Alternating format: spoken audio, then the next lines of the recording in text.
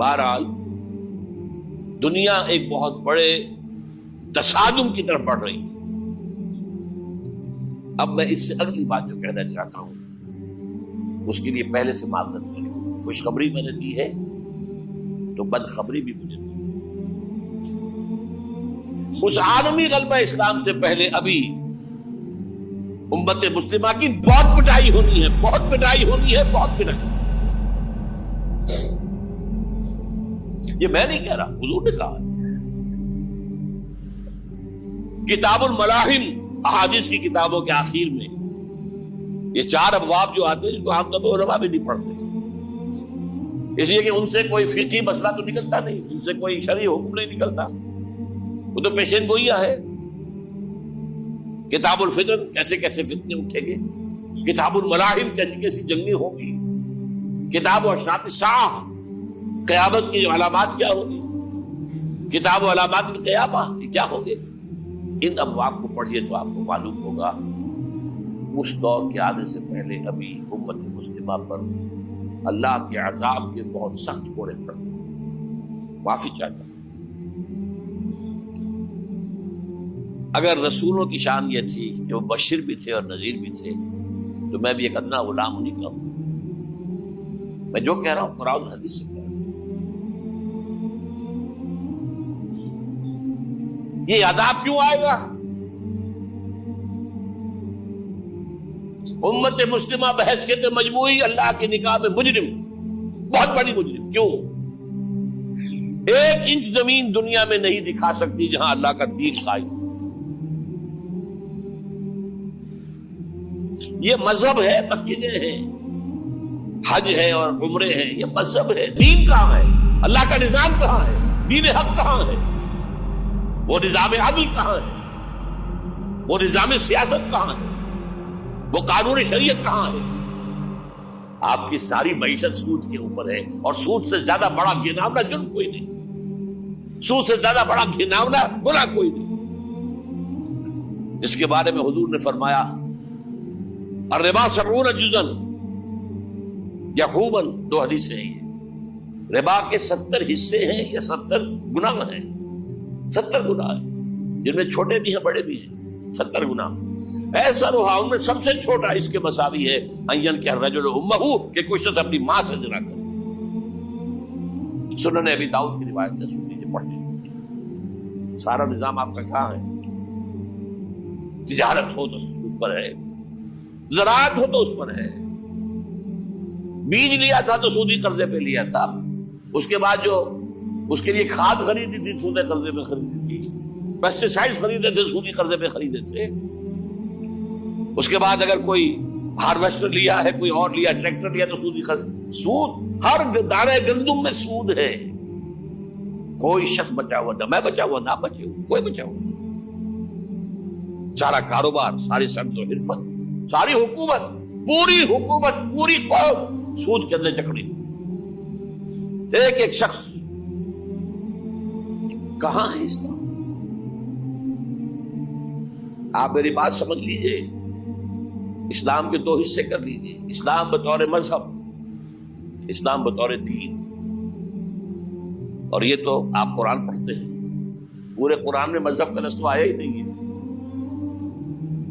حدیث کے ذخیرے میں بھی میری امکان، میرے معلومات کے تک کہیں نہیں.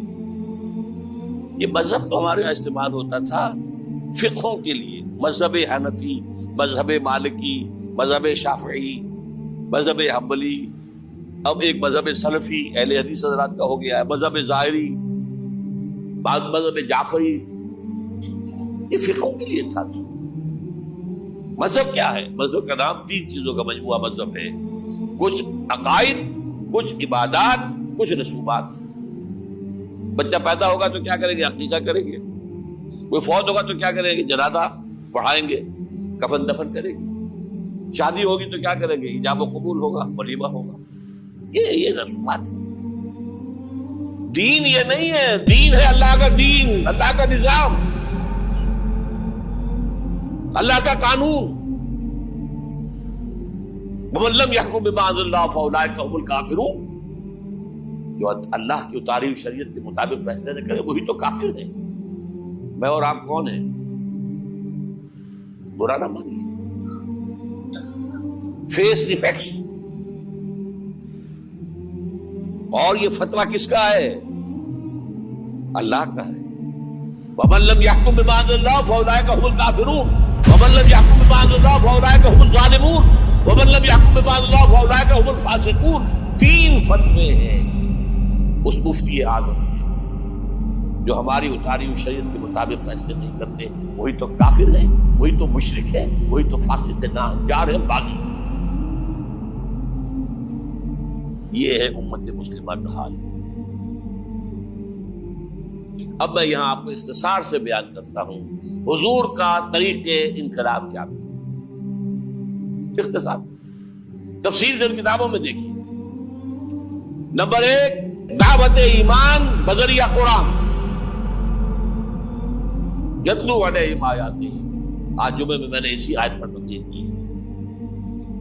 تلاوت آیات, قرآن پڑھ کے سناؤ, قرآن پڑھ کے سناؤ, قرآن پڑھ کے سناؤ. کہہ دو وہی تو ہے جس نے تم کو پیدا کیا اور تمہارے کان اور آنکھیں اور دل بنائے, مگر تم کم ہی احسان مانتے ہو. کہہ دو کہ وہی ہے جس نے تم کو زمین میں پھیلایا اور اسی کے روبرو تم جمع کیے جاؤ گے. کیا یہ کسی کے پیدا کیے بغیر ہی پیدا ہو گئے, یا یہ اپنے آپ کو خود پیدا کرنے والے ہیں, یا انہوں نے آسمانوں اور زمین کو پیدا کیا ہے؟ نہیں, بلکہ یہ یقین ہی نہیں رکھتے. تو کیا ہم پہلی بار پیدا کر کے تھک گئے؟ نہیں, بلکہ یہ اثر نو پیدا کرنے کے بارے میں شک میں پڑے ہوئے ہیں. اور ہم ہی نے انسان کو پیدا کیا ہے, اور جو خیالات اس کے دل میں گزرتے ہیں ہم ان کو جانتے ہیں, اور ہم تو رگ جان سے بھی زیادہ اس کے قریب ہیں. اور کافر انسان کہتا ہے کہ جب میں مر جاؤں گا تو کیا زندہ کر کے نکالا جاؤں گا؟ کیا ایسا انسان یاد نہیں کرتا کہ ہم نے اس کو پہلے بھی تو پیدا کیا تھا جبکہ وہ کچھ بھی چیز نہ تھا؟ سو تمہارے پروردگار کی قسم ہم ان کو جمع کریں گے اور شیطانوں کو بھی, پھر ان سب کو جہنم کے گرد حاضر کریں گے اور وہ گھٹنوں پر گرے ہوئے ہوں گے. وہی زندہ کو مردے سے نکالتا ہے اور وہی مردے کو زندہ سے نکالتا ہے, اور وہی زمین کو اس کے مرنے کے بعد زندہ کرتا ہے, اور اسی طرح تم دوبارہ زمین میں سے نکالے جاؤ گے. اور اسی کی نشانیوں میں سے ہے کہ اس نے تمہیں مٹی سے پیدا کیا, پھر اب تم انسان ہو کر جا بجا پھیل رہے ہو. اس قرآن کے ذریعے سے دلوں میں ایمان پیدا ہو, یقین والا ایمان. دیکھیے, برا نہ مانے, مغالطے میں نہ رہیے. میرے اور آپ کے دلوں میں ایمان نہیں ہے, عقیدہ ہے. عقیدہ ہے, والدین سے ملا ہے. یقین والا ایمان کہاں ہے؟ اپنے گریبان میں جھانکیے, اللہ آپ کو توفیق دے. کیا مجھے واقعی یقین ہے کہ مجھے مرنے کے بعد جی اٹھنا ہے؟ کیا مجھے یہ واقعی یقین ہے کہ اصل زندگی آخرت کی زندگی ہے؟ کیا مجھے واقعی یقین ہے کہ قرآن اللہ کا کلام ہے؟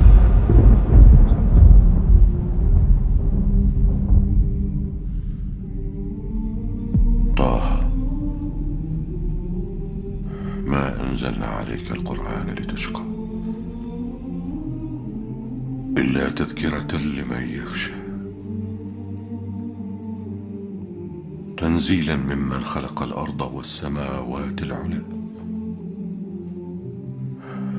الرحمن على العرش استوى له ما في السماوات وما في الأرض وما بينهما وما تحت الثرى وأن تجهر بالقول فإنه يعلم السر وأخفى الله لا إله إلا هو